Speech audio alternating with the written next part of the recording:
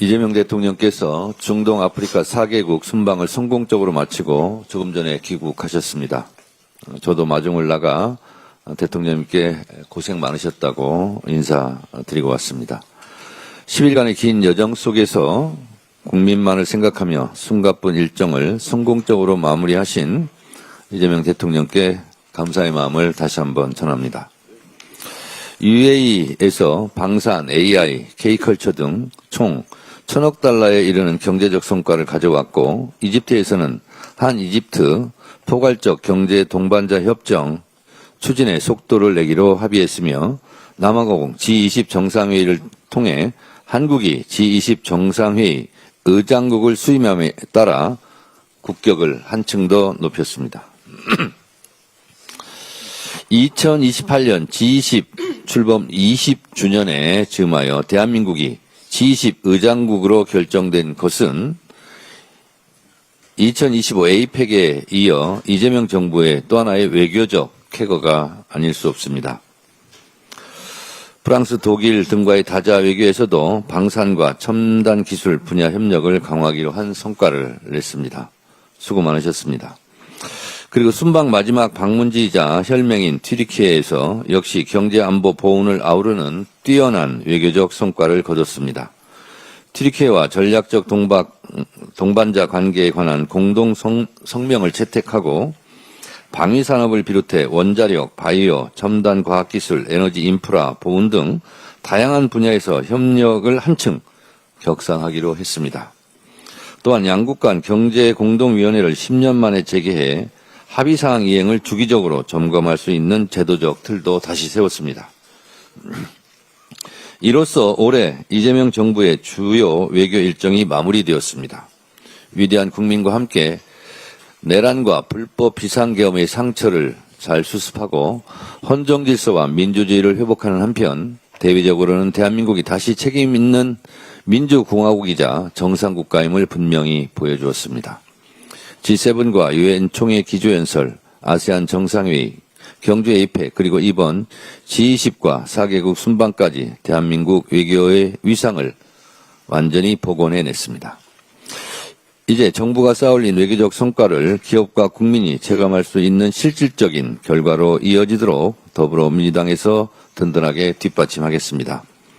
내란을 이겨내고 되찾은 국민 주권을 바탕으로 국제무대에서 연대하고 협력하는 책임 있는 대한민국, 함께 잘 사는 대한민국을 위해 최선을 다하겠습니다. 내일 국회 본회의에서 국민의힘 추경호 전 원내대표에 대한 체포 동의안 표결이 이루어집니다. 추경호 전 원내대표는 윤석열의 불법 계엄 당시 의원총회 장소를 수차례 변경하면서 국회의 계엄 해제 표결을 의도적으로 방해했다는 의혹을 받고 있습니다. 특검 수사도 받고 있습니다. 총을 든 계엄군이 국회로 들이닥쳐 당직자, 보좌관, 시민들과 대치하고 계엄군이 국민의힘 정책위 의장실을 창문을 깨고 진입하는 긴박한 상황 속에서 의원총회 장소를 국회 밖으로 공지한다는 것은 상식적으로 납득할 수 없는 처사입니다. 일반 시민들도 국회를 지키기 위해 국회로 모였는데 국회의원을 국회 밖으로 나가도록 유도했다는 의혹. 이것은 다분히 의도적이고 적극적인 계엄 해제, 방해로 밖에 볼 수 없는 충분한 의심사항입니다. 만약 추경호 전 원내대표가 내란 수계 피고인 윤석열의 지시 혹은 요청을 받아 의도적으로 의총 장소를 변경한 것이 사실로 확인된다면 추경호 전 원내대표는 내란의 중요 임무에 종사한 내란 공범이고, 그런 지시에 따른 국민의힘 의원들도 모두 내란 공범에 해당될 것입니다. 국민의힘은 내란 정당으로 위헌정당 해산 심판의 대상을 또 피할 길이 없어 보입니다. 내란 예비 음모만으로 해산당한 통합진보당의 사례에 비춘다면 국민의힘은 10번이고 100번이고 정당 해산감입니다. 국민의힘이 일말의 반성과 사과도 없이 추경호 전 원내대표에 대한 체포 동의안 표결을 거부하겠다고 하는 모양입니다. 참 염치도 없고 뻔뻔한 정당입니다. 반성과 사죄가 없는 자에게는 남은 것은 법적 처벌과 책임뿐입니다. 더불어민주당은 12.3 불법 계엄의 내란 잔재를 확실하게 청산하여 대한민국 민주주의와 헌정 질서를 바로 세울 것입니다. 내란 세력, 내란 옹호 세력 등이 법정 모독을 하고 있는데 갈수록 심해지고 있습니다. 이진관 판사에 대한 모욕과 조롱이 도를 넘어도 한참 넘었습니다. 뒤늦게 법원 행정처에서 이런저런 조치를 취한다고는 하지만 이는 조희대 사법부가 자초한 일이라 저는 생각합니다. 지기현 판사의 코미디 같은 이해할 수 없는 재판 진행, 이진관 판사에 대한 정반대의 모욕은 조희대 사법부의 한 단면을 상징적으로 보여주고 있습니다. 조희대 대법원은 지금 뭘 하고 있습니까?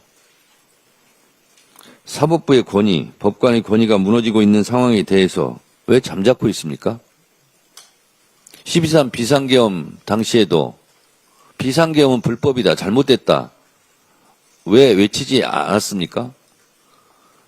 비상계엄이 성공했더라면 사법부는 계엄사령부의 발밑에 들어가서 사법부의 존재 자체가 부정당하는데 그때는 왜 사법부 독립을 외치지 않았습니까? 그리고 이제 와서 사법부 독립을 외칩니까?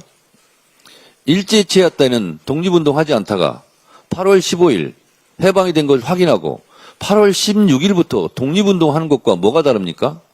조희대 사법부는 8.16 사법부 독립세력입니까? 이해할 수가 없습니다. 내란 재판이 정해진 기한 내 신속히 진행할 수 있도록 지휘하는 책임은 조희대 사법부 왜 내팽개치고 있습니까? 법정 모독과 판사 조롱이 돈벌이 콘텐츠가 된 현실은 조희대 대법원이 초래한 것입니다. 조희대 대법원은 이제 더 사법부에 대한 국민 신뢰를 스스로 회복할 수 있는 길을 저버렸습니다. 스스로의 힘으로는 안 되는 모양입니다. 이런 상황이니 내란 전담 재판부를 설치하라는 국민의 요구가 커지고 있는 겁니다. 사법개혁은 조희대 대법원장이 스스로 자초하고 있는 것입니다.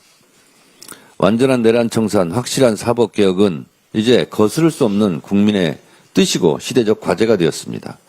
민주당은 내란 전담 재판부를 포함하여 대법관수 증원 등 법원조직법, 재판소원, 법애국제 등 사법개혁 법안을 연내에 반드시 처리할 수 있도록 최선을 다하겠습니다.